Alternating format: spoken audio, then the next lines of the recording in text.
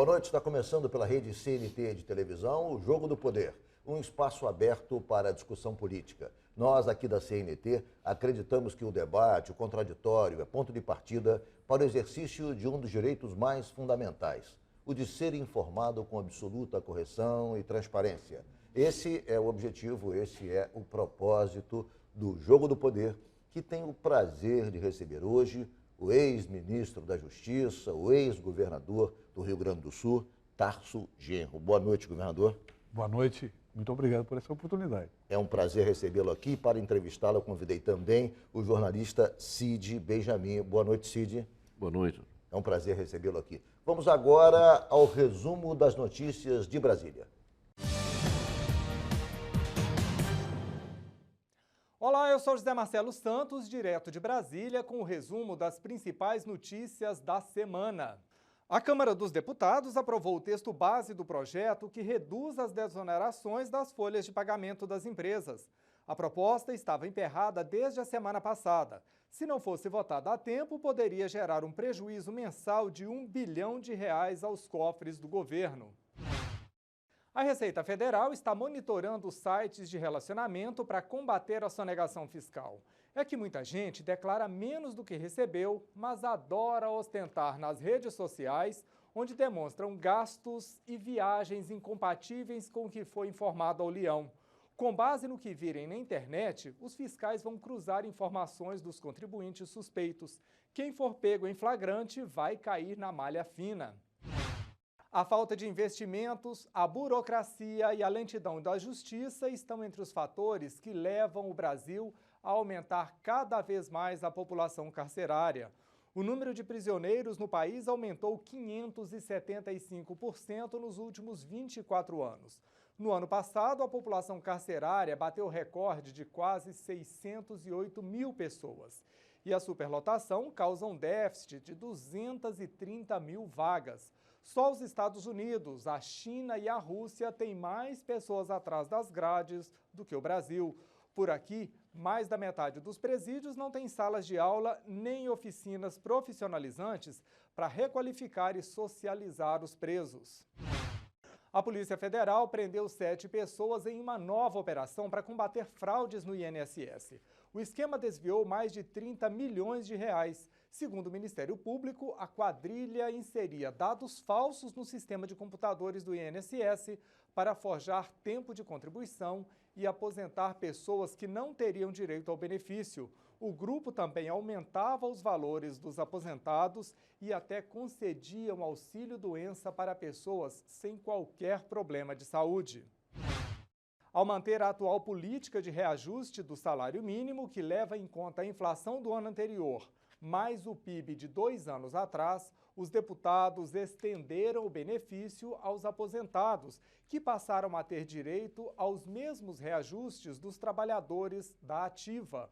O governo alega que a regra pode comprometer as contas da Previdência e gerar um gasto extra de mais de 9 bilhões por ano. A medida ainda precisa ser votada no Senado. Eu vou ficando por aqui, mas estarei de volta na semana que vem. Um abraço e até lá. Voltamos então com o Jogo do Poder e ao nosso lado o governador Tarso Genro. Governador, como é que o senhor viu, eu quero começar com essa indagação, as críticas do presidente Lula ao PT? Dizendo que o partido é um partido que está à busca de emprego, à busca de cargos, à busca de eleição dos seus integrantes, e depois também ele criticou a própria presidente Dilma, dizendo que ela não ouve as pessoas, dizendo que ela disse que não iria fazer ajuste, fez ajuste, dizendo que ela disse que não ia mexer nos direitos trabalhistas, nem que a vaca tossisse, mas acabou mexendo. A vaca acabou tossindo, né? A vaca acabou tossindo. Como é que o senhor vê esse quadro a partir das declarações do próprio presidente Lula? Bom, para mim não, essa crítica do Lula não foi surpreendente, né? Porque eu sou autor de uma proposta, 10 anos atrás, refundacionista, né? De refundação do PT.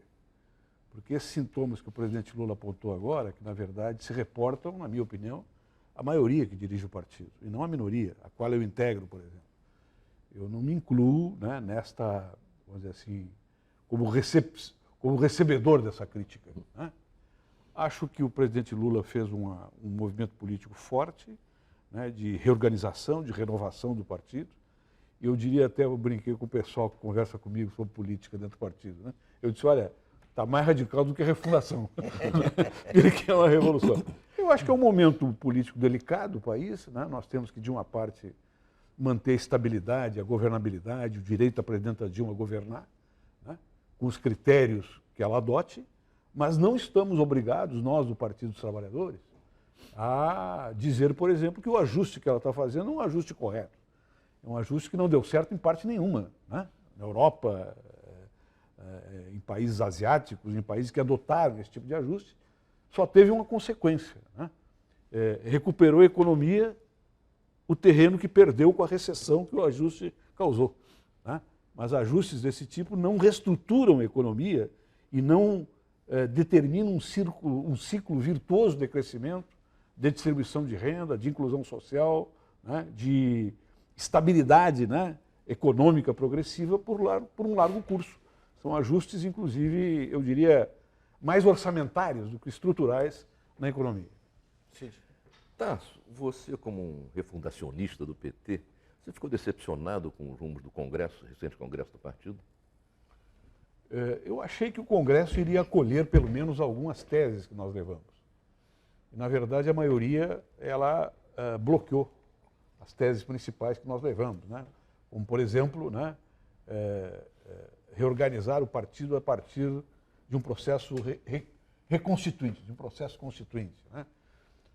Fazer algumas propostas concretas para dizer o ajuste não é esse, nós temos compromisso com a estabilidade do governo, a bancada do governo, né, quando decidir por maioria, vai votar junto com o governo, mas não aceitamos que essa seja a única saída. Por quê? Porque se esta é a única saída, não precisa esquerda, não precisa projeto alternativo, porque essa é a saída que o capital financeiro globalizado recomenda para todos os países do mundo, né? Então nós achamos que a maioria do partido bloqueou essas mudanças, né? Agora veio essa palavra do Lula, que foi uma palavra forte, que eu vejo como uma palavra que vem em socorro das nossas posições. Agora, até que nós defendemos. até que ponto a palavra do presidente Lula pode respingar nele próprio, na medida que ele contribuiu e apoiou a eleição do grupo que hoje comanda o PT? É impossível da gente perscrutar isso aí, dizer isso aí. Por exemplo, né? Vou dar um exemplo bem concreto. Hoje nós falamos no PMDB. O PMDB hoje é o principal partido do governo, né? Na verdade, é necessário que a sociedade brasileira saiba e a gente repita isso. Não é o PT que manda no governo, né? O PT tem o presidente da República. Agora, quem manda no governo, quem detém os cargos mais importantes, quem faz a articulação política é o PMDB, né? Então é necessário dividir essa responsabilidade. E eu fui responsável, mandatado pelo presidente Lula, para organizar a coalizão que deu sustentação ao seu segundo governo. E assim o fiz. E foi uma aliança muito feliz, de muita estabilidade, que trouxe muito progresso para o país, né? Que gerou um ciclo de crescimento e desenvolvimento espetacular. Só qual foi a consequência? A consequência é que o objeto se transformou no sujeito. Quer dizer, o PMDB, em última análise, né, tomou conta da frente política. Então, eu vejo... reclama que não tem espaço. O PMDB reclama que não tem espaço. Se o PMDB não tem espaço, ele está tratando do infinito. Então, ele está tratando do governo. Você considera que o PMDB mudou o seu papel na política brasileira de uns tempos para cá, particularmente com a ascensão do Eduardo Cunha, também no Renan na presidência do Senado? Porque até então ele era um coadjuvante que se oferecia para dar governabilidade em troca de alguns espaços no aparelho do Estado. Quer dizer, hoje em dia, um pouco pela fraqueza do PSDB, fraqueza política, mas o PMDB hoje assumiu, sob a batuta do Eduardo Cunha, a liderança da direita no país. Quer dizer, ele desencavou em uma série de propostas que estavam lá, em todos os aspectos. Reforma eleitoral, ele deixou de ser um coadjuvante e ter um papel de protagonista. Liderando a direita, você concordaria com essa? O PMDB, até a eleição da presidenta Dilma, né, ele vinha sendo um fator de estabilidade. O Brasil não tem um centro, né? O Brasil não tem um centro político. O PMDB não é mais um partido programático. A grande unidade que gerou o PMDB foi a luta pela democracia, né? pelos meios legais naquela oportunidade durante o regime. Paulatinamente o PMDB veio se transformando numa espécie de rede de lideranças regionais e que se comprometia com a estabilidade do eleito, né? Tanto é que participou de todos os governos, em troca de espaços políticos, o que é natural na democracia. Às vezes as pessoas fazem um escândalo em torno disso. Não tem nenhum país que não seja assim, e é assim que é na democracia. Mas chegou um determinado momento em que o PMDB, como partido de liderança, se transformou, na verdade, num retalho, num conjunto de retalhos de lideranças regionais, com pretensões próprias que não se acertam nem entre eles, não tem mais nem unidade entre eles. Então ele deixou de poder oferecer estabilidade aos governos a partir dos programas do próprio governo que o convidava para participar, como ocorreu no Lula. Mas e passou a tutelar os governos. Esse papel do PMDB pra não coesionar estaria internamente. mudando, no sentido que ele hoje Mudou. é mais protagonista. Mudou. E ele hoje, a principal figura de oposição não é Aécio, o pessoal ao governo Dilma. Aécio, Fernando Henrique, enfim, Serra. É o Eduardo Cunha. É o Eduardo Cunha que deslocou o que tinha, na minha opinião, de lideranças ulicistas dentro do PMDB, que tinha um mínimo de visão nacional e democrática do processo. E o PMDB hoje é um partido que ou vai fazer uma aliança com a direita para chegar ao governo novamente, ou vai ter o seu próprio candidato. Jamais vai fazer uma aliança com a esquerda, como fez Eu vou fazer nesse momento. um rápido intervalo. O Jogo do Poder volta em 1 minuto hoje com o governador Tarso Genro.